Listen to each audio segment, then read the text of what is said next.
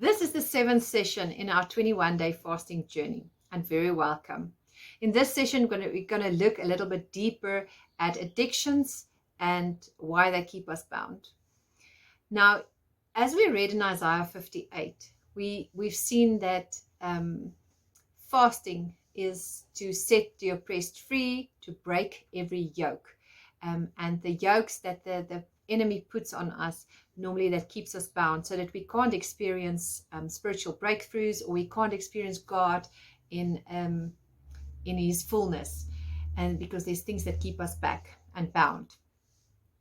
Now, if we think about addictions, we normally think of alcohol, drugs, pornography, or cigarettes, smoking, things that is obvious and bring immediate damage to the body that we can see. We can see it manifest as people's behavior change and so forth.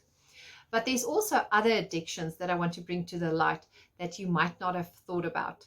And some of them are like television, social media, sports, hobbies, sugar, cool drinks, coffee, or food. And I would like to focus a little bit more on the food, especially because we said that fasting is not about a diet.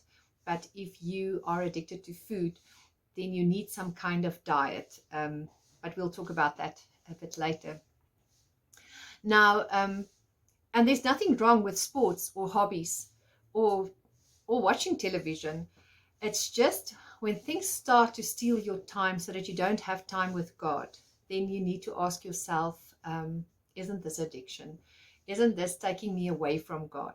And the other thing with what we don't see is you won't obviously see damage to the body when you watch too much television, unless you're not exercising or so forth. But it feeds your mind, like social media, it feeds your mind stuff that you need to filter and ask yourself, is this good for me? Isn't this in contrast with God's word, and so forth? But that you can go and examine your own life and just make sure that whenever there's something happening in your life, where do you turn to? Because that is what addiction is. It's the stuff we turn to instead of turning to God. Now, what makes us turn to something? Now, 2 Timothy 1 verse 7 says that God hasn't given us a spirit of fear, but of love, power, and a sound mind. Now, most addictions is born out of fear of something. Now, there's a lot of fears. We know that there's a phobia for almost anything. But if we look at this word fear in the Bible and how it's translated from the Greek, it says it's timidity, cowardice. It's being too shy, causing one to flee or to dread. Now, we wouldn't have necessarily thought that shyness is a fear, but if shyness takes you away from doing what God asked you to do, if you've got a fear or shyness in front of people, speaking in front of people, but God sent you to give a message or whatever, it's something that takes you away from God.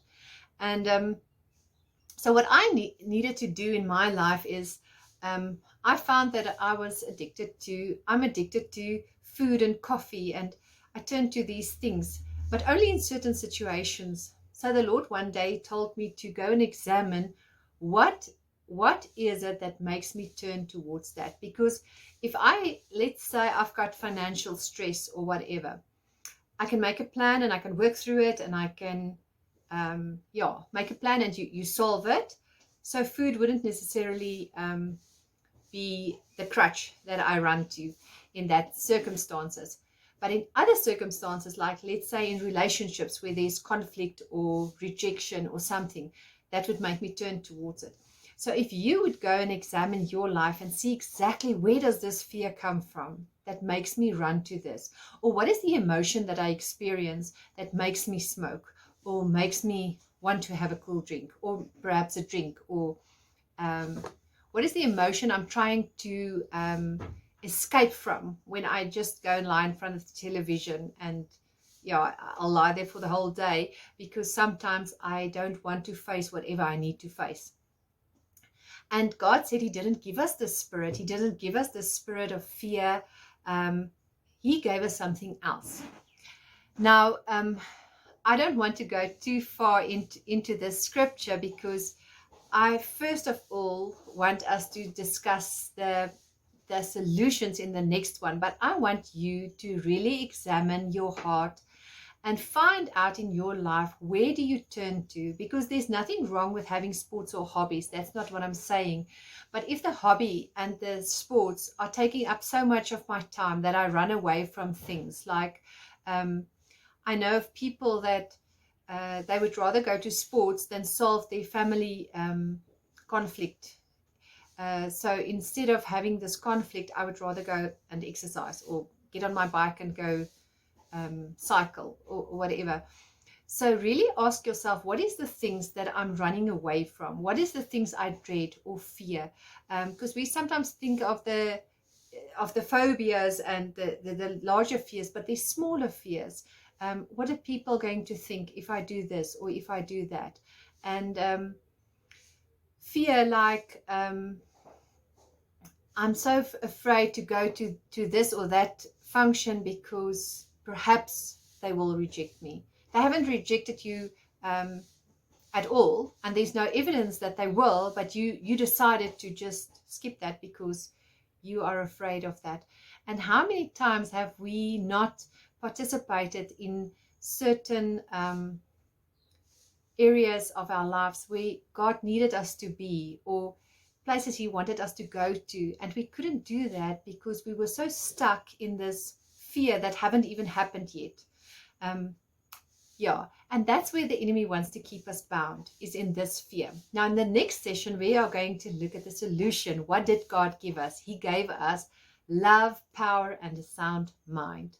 So really take this time to really examine your own life and find out, where is this fear coming from, and why do you have that fear, and what is it keeping you from? If you have determined those 3 points, then we'll be able to go on and to find really what is the fullness of God's plan for us, and how are we going to take in this promised land of the things that we need to conquer in the spirit. Be blessed.